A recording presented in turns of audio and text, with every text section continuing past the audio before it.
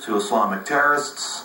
We'll give weapons to drug cartels in Mexico that kill American citizens.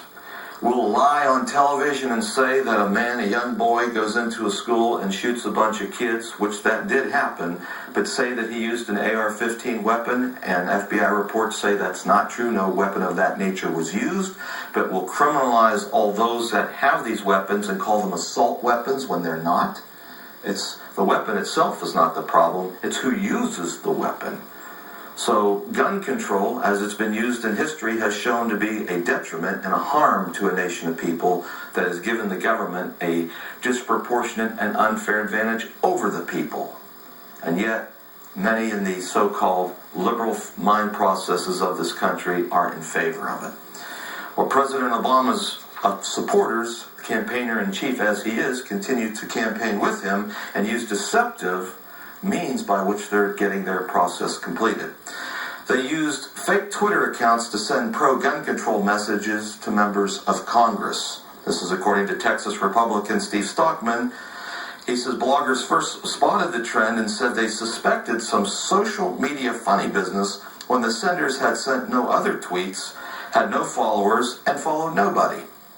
In addition, blogger Stacey McCain said his review found the majority of the accounts supporting Obama's gun control campaign were created less than 48 hours before a member of Congress was contacted.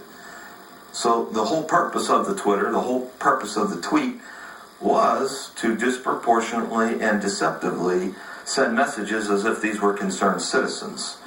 On Monday, the congressman suggested, I'm referring back to, of course, Congressman Stockman, that Obama's anti-gun activists were behind the allegedly computer-generated messages, which his office called a scam, similar to those selling male enhancement pills. Now, Stockman also said accounts are linked directly to a former Obama staffer and called on the president to denounce the spamming. Obama's anti-gun campaign is a fraud, Stockman said in a statement.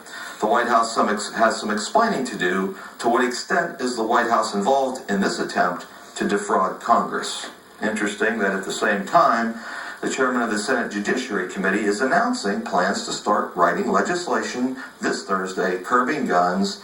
That session is widely expected to be delayed for about a week. But anyway, on Monday, Democratic Senator Patrick Leahy of Vermont said his panel would consider bills banning assault weapons and large-capacity ammunition magazines, increasing federal penalties for illegal gun trafficking, and making schools safer.